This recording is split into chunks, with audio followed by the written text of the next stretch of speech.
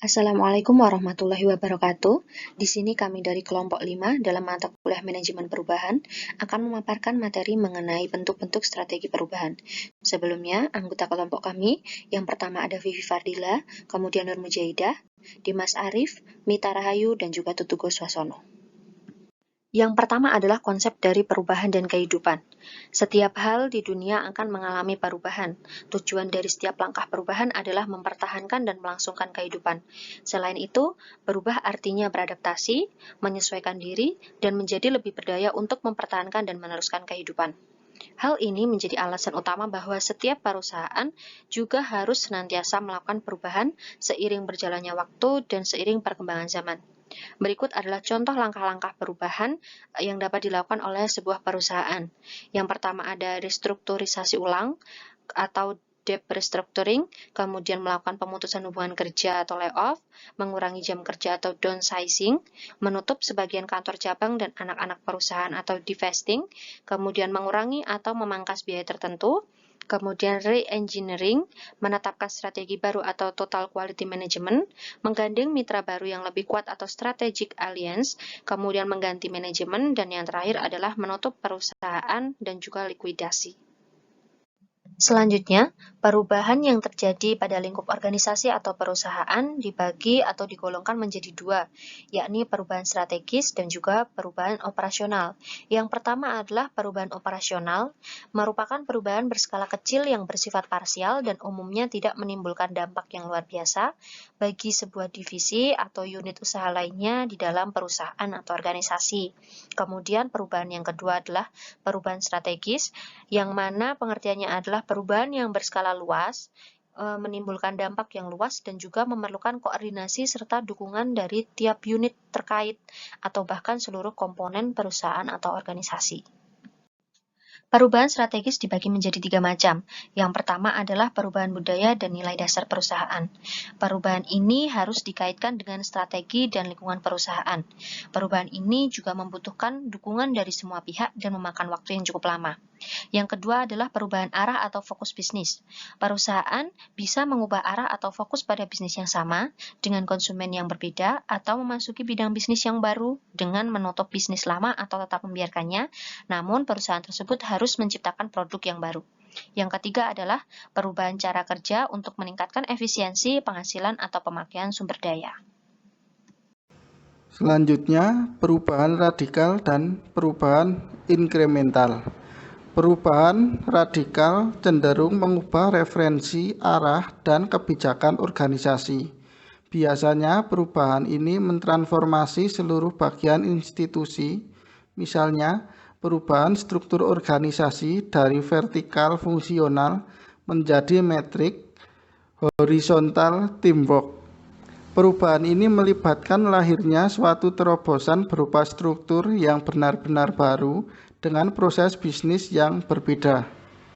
Yang kedua, perubahan inkremental adalah perubahan yang secara kontinu dilakukan suatu organisasi untuk memelihara keseimbangan umum organisasi.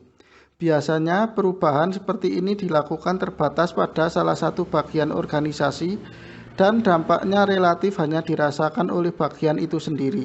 Misalnya perbaikan mesin-mesin, seperti introduksi mesin-mesin baru yang lebih efisien dan lebih fleksibel. Selanjutnya, perbedaan perubahan radikal dan perubahan inkremental. Perubahan radikal, yang pertama merubah paradigma dan mendasar. Yang kedua, transformasi seluruhnya. Yang ketiga, melalui penciptaan struktur dan manajemen baru. Yang keempat, terobosan teknologi. Yang kelima, penemuan produk atau pasar baru. Selanjutnya, perubahan inkremental. Yang pertama, untuk keseimbangan umum organisasi. Yang kedua, mengubah sebagian kecil. Yang ketiga, melalui struktur dan proses manajemen biasa. Yang keempat, perbaikan atau penyempurnaan teknologi. Yang kelima, perbaikan produk. Selanjutnya, perubahan kasat mata dan mosaik. Ada kalanya suatu perubahan dapat dengan mudah dilihat dan dibaca dengan kasat mata. Perubahan-perubahan yang terjadi secara kontras bersifat lokal dan dapat dilaporkan dari suatu kejadian dapat kita kategorikan sebagai perubahan kasat mata. Demikian juga dengan perubahan-perubahan operasional yang tampak dari kegiatan-kegiatan fisik di pabrik, lobi sebuah hotel atau ruang pelayanan jasa, penurunan penjualan suatu produk atau serangan kompetitor di depan mata. Dalam kehidupan ternyata juga ditemui perubahan-perubahan lain yang tidak dapat dilihat secara kasat mata begitu saja.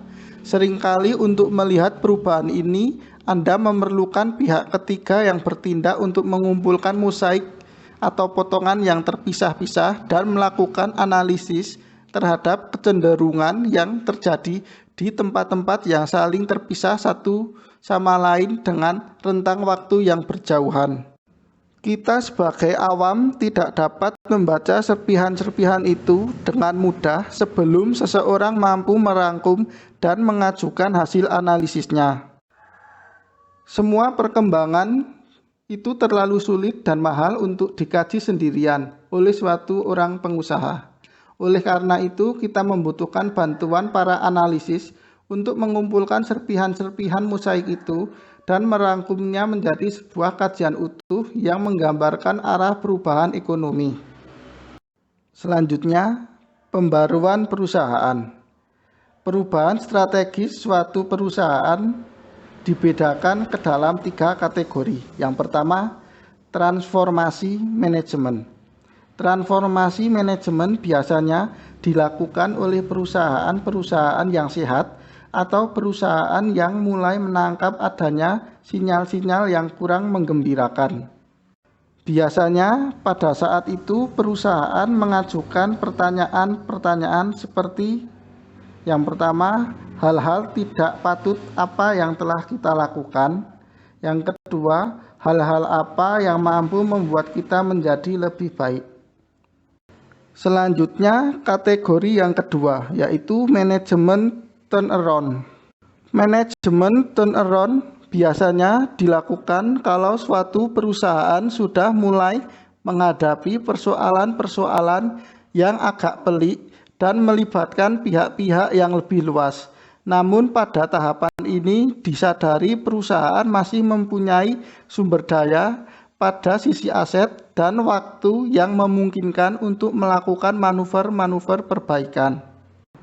Misalnya saja, kita masih bisa memperbaiki performa perusahaan karena masih mempunyai produk unggulan, reputasi yang memadai, dan masih ada aset-aset kurang produktif yang dapat ditingkatkan produktivitasnya atau dilepas pada pihak ketiga.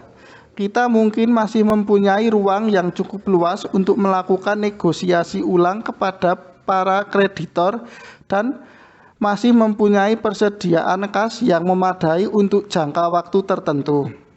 Selanjutnya, kategori yang ketiga yaitu manajemen krisis.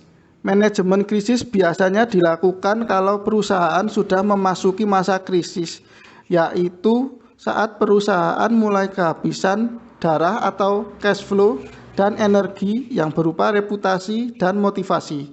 Pada titik ini, perusahaan mulai tampak sulit memenuhi kewajiban-kewajiban pembayaran jangka pendek yang jatuh tempo, mulai dari tagihan para pemasok bahan baku, kredit jangka pendek, sampai gaji karyawan. Pada tahap ini, perusahaan sudah benar-benar berada pada posisi berbahaya dan eksistensinya diragukan. Tindakan-tindakan yang diambil pada setiap tahap dalam sigmoid curve. Terlihat pada bagian 3.7 ada pekerjaan-pekerjaan sama yang harus dilakukan pada 2 atau 3 situasi yang berbeda. 2 aktivitas dapat dilakukan pada 3 situasi yang berbeda, yaitu meninjau kembali harga jual atau pricing strategi dan perbaikan sistem kerja harus terus dipelihara apapun situasinya. Buruh harus diajak memahami kesulitan yang dialami perusahaan, tetapi mereka juga akan menikmati imbal jasa yang positif bila perusahaan membaik. Selain itu, pemasaran memerlukan penanganan yang sangat serius, khususnya dalam penetapan harga jual. Pada saat perusahaan berkembang dan penjualan naik, perusahaan bisa bekerja pada kondisi skala ekonomis yang tinggi sehingga sangat efisien. Lalu dilanjut dengan pengertian prinsip going concern. Citra perusahaan, namun demikian apapun yang dilakukan kapanpun akan dilakukan, manajemen selalu perlu mengupayakan prinsip-prinsip going concern yang antara lain tercermin dalam yang pertama, yaitu biaya produksi yang efisien atau low cost. Berproduksi selalu pada biaya yang seefisien mungkin. Dan yang kedua, kualitas barang yang memenuhi keinginan pasar yang selalu berkembang. Revenue dari penjualan yang terus-menerus tumbuh. D. Citra perusahaan, produk dan merek yang dijaga secara positif. Kualitas sumber daya manusia yang selalu ditingkatkan dan bekerja produktif. Dengan demikian, produk-produk perusahaan akan diterima oleh pasar karena kualitasnya baik. Manusia-manusia yang mengerjakannya mampu memenuhi keinginan pasar sehingga cash flow-nya positif. Perusahaan dapat meraih untung dan senantiasa tumbuh. Semua ini hanya bisa terjadi kalau perusahaan menerapkan strategi. Baik, saya akan melanjutkan tentang perubahan antisipatif. Apa sih itu perubahan antisipatif? Anda mengantisipasi sebelum segala sesuatu terjadi, melakukan perubahan sebelum dituntut untuk berubah. Dengan kata lain, diperlukan penginderaan yang tajam atau visi, bahkan pengendusan sebelum sebuah kejadian besar meledak di depan mata Anda. Dari mana itu semua terjadi? Tentu saja dari pergaulan yang intens dengan seluruh pelaku dalam industri dan pasar, dan dengan membaca kajian-kajian yang dilakukan oleh para ahli. Kalau Anda berada di tengah-tengah mereka dan aktif menciptakan cara-cara baru, maka Anda mampu melakukan antisipasi. Anda menunjukkan pada mereka bahwa peta yang mereka pegang sudah usang dan banyak kesalahannya. Dengan begitu menunjukkan sesuatu yang baru sebelum yang lainnya memulai. Inilah perubahan yang dilakukan para pemimpin besar yang menciptakan standar-standar baru. Tentu saja tidak semua orang mampu melakukannya, bahkan tingkat kesulitannya pun relatif tinggi. Meski begitu, biayanya biasanya dalam jangka relatif kecil. Perubahan ini mirip dengan transformasi manajemen yang tampak pada titik A dalam sigmoid curve. Semakin jauh seseorang melakukan perubahan secara antisipatif, maka semakin besar kemungkinan yang dilakukan kesalahan. Namun, semakin kuat posisi Anda di pasar dan semakin sering Anda mendikte pasar, maka semakin besar kemungkinan keberhasilannya. Baik, yang selanjutnya yaitu perubahan reaktif. Perubahan reaktif adalah perubahan yang paling sering dilakukan oleh para pelaku usaha. Berinteraksi terhadap setiap kejadian dan merespon setiap hal yang baru terjadi. Kadang tidak bisa merespon setiap signal yang masih belum jelas betul kemana akan bermuara.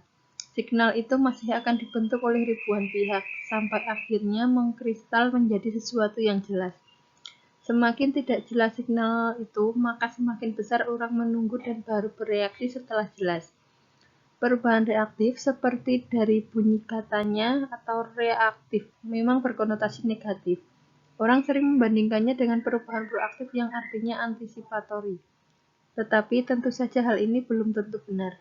Manusia tentu saja sebisa mungkin mengantisipasi perubahan dengan menyiapkan segala upaya sebelum perubahan itu terjadi. Tetapi ada kalanya manusia tidak sempat mengambil langkah-langkah yang tepat dengan cepat dan terhadap sesuatu yang signalnya tidak jelas betul. Maka menjadi aneh bila sesuatu telah terjadi dan Anda tidak bereaksi sama sekali. Untuk itulah reaktif yang selalu dibutuhkan. Baik, selanjutnya yaitu perubahan krisis. Banyak orang membenci krisis dan berusaha menghindar darinya. Benar bahwa krisis sesungguhnya sangat mengerikan. Krisis identik dengan korban, konflik, kerugian, dan kerusakan. Tetapi tanpa adanya krisis, manusia cenderung tidak banyak melakukan langkah perubahan yang mendasar. Pada saat terjadi krisis, biasanya sesuatu yang rutin menjadi kacau. Tak ada ketentuan dan koordinasi. Informasi dan tindakan-tindakan bergerak secara liar. Orang saling curiga dan sensitif. Kepercayaan menjadi ujian. Namun, krisis sesungguhnya juga memberikan banyak peluang dan kesempatan bagi mereka yang berpikir jernih dan berani. Pada saat krisis, mayoritas orang cenderung bertindak dengan penuh keraguan-raguan dan kacau. Orang-orang yang jernih dan punya keberanian akan tampil mengambil kesempatan, memimpin dan mengembalikan krisis pada keteraturan. Persoalannya adalah perubahan dalam krisis akan menyedot demikian banyak biaya dan seringkali membutuhkan energi yang sangat besar. Persoalan lainnya yaitu masyarakat kurang memberikan tempat pada pemimpin yang tegas, melainkan lebih memberikan ruang pada pemimpin populis, yaitu pemimpin yang lebih banyak memberikan ketenangan, kenyamanan, dan janji-janji semu ketimbang tindakan-tindakan yang mungkin menyakitkan kalau dilakukan. Semua bentuk perubahan tersebut harus dikenal dengan baik oleh pemimpin perubahan. Kita tidak bisa melakukan perubahan semata-mata untuk berubah dan bergerak seperti seekor tikus yang berjalan didorong semata-mata oleh naluri. Perubahan perlu dilakukan secara konseptual sehingga tidak menyesatkan atau berhenti di tengah jalan. Pada setiap keadaan yang berbeda, Anda perlu menaruh strategi dan cara yang berbeda-beda pula. Tanpa pemahaman ini, Anda akan tersesat dan susah kembali. Yang terakhir yaitu penutup. Semua bentuk perubahan tersebut harus dikenal dengan baik oleh para pemimpin perubahan. Kita tidak bisa melakukan perubahan semata-mata untuk berubah dan bergerak seperti seekor tikus yang berjalan didorong semata-mata oleh naluri. Perubahan perlu dilakukan secara konseptual sehingga tidak menyesatkan atau berhenti di tengah jalan. Pada setiap keadaan yang berbeda, maka diperlukan meramu strategi dan cara yang berbeda-beda pula. Tanpa pemahaman ini, maka akan tersesat dan susah sekali. Demikian presentasi materi dari kelompok kami. Semoga bermanfaat. Wassalamualaikum warahmatullahi wabarakatuh.